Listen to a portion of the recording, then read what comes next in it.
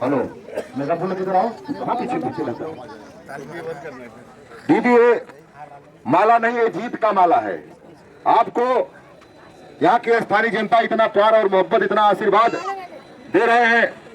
ये आने वाले 15 तारीख को ऐसे ही सब आप अपना जोश बरकरार रखना और बहन दीदी को भारी मतों से यांना भरपूर मताने विजयी करा, हीच आमची नम्र विनंती आहे। तुम्हारे साथ है। आज सगळ्यांना विनंती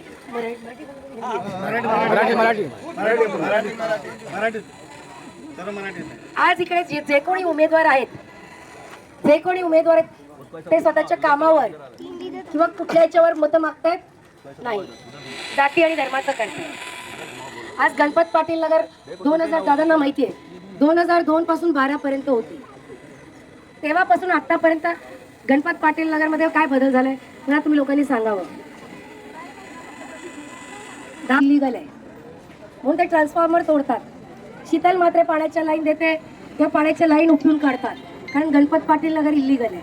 आणि आता तीच लोक ट्रान्सफॉर्मरच्या नावाने उड्या मारतात, पाण्याच्या नावाने उड्या मारतात। दादा 6 डिसेंबरला पूर्ण गणपत पाटील नगरची नोटीस 14 पर्यंत फिरायचं, कधी फिरून नाही दिलं।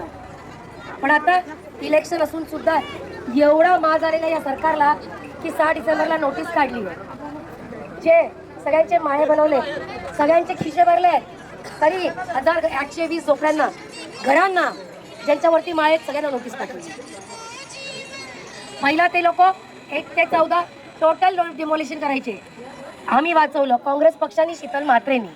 आणि आता ती लोक तुमची जी गणपत पाटील नगरची युती आहे ती तोडतायत, हळूहळू तुकड्या तुकड्या नोटीस करते।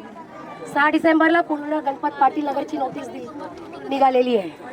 आता जर लोकसभा झालं, विधानसभा झालं, महानगरपालिका झाल्यावर हे लोक 5 वर्ष इलेक्शन नाही आहे, 5 वर्षात जमीन दोस्त करून टाकतील। कोणाला बिल्डर समोर बसताच आहे। शीतल मात्रेच्या वेळेस बिल्डर नव्हता, शीतल मात्रेच्या वेळेस जनता होती। पहिला जनतेचं काम स्लम डिक्लेअर, त्याच्यानी जनतेला अधिकार मिळतो, बिल्डरला नाही।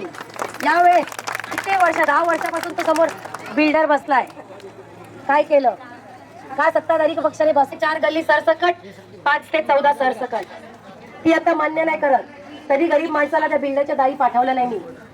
आणि हे लोक त्यांचे खिशे भरायचे आहेत, गरीब माणसाला त्या बिल्डरच्या दारी NOC ला पाठवतात। या घराला NOC दिली, या घराला NOC